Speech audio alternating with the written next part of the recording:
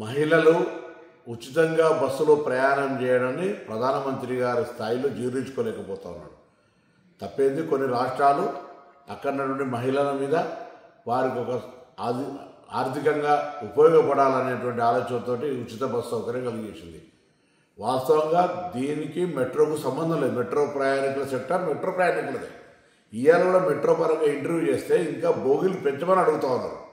అది వదిలిపెట్టి ప్రధానమంత్రి గారు రాజకీయపరమైనటువంటి లబ్ధికి సంబంధించిన విషయంలో ఆలోచన చేస్తూ ఉన్నారా? ఇంత బస్సు ప్రయాణానికి సంబంధించినటువంటి దాని మీద ప్రధానమంత్రి గారు ఎందుకు ఆ విధంగా వ్యవహారం చేస్తుందో తెలియదు. కానీ తెలంగాణ రాష్ట్ర ప్రభుత్వం కాంగ్రెస్ పార్టీ తప్పకుండా మహిళలకు ఎవరన్నీ తెలంగాణలో ఉన్నటువంటి హైదరాబాద్లో మెట్రో వాళ్ళు ఏం చేసినా ఇంకోరు ఏం చేసినా ఉచిత బస్సు ప్రయాణం అనేటువంటి ఏ ఇబ్బంది భవిష్యత్తులో ఉండదు. దీనికి ఇంకా కొన్ని రూట్లు పెంచి కొన్ని బస్సులు పెంచి కొంత ఇంకా సౌకర్యంగా చేయడానికి మా ప్రయత్నం కొనసాగుతుంది. ఆ విషయాన్ని గమనించాలి. ప్రధానమంత్రి గారు మీరు మహిళల మీద ఆరిపోసుకోవడం బంద్ చేసుకోండి. ఈ విధంగా ఉచితంగా బస్సు ఇచ్చేంత మాత్రాన మీకు నష్టం జరుగుతున్నట్టు అజీర్తి అయినట్టు మాట్లాడితే మంచిది కాదు.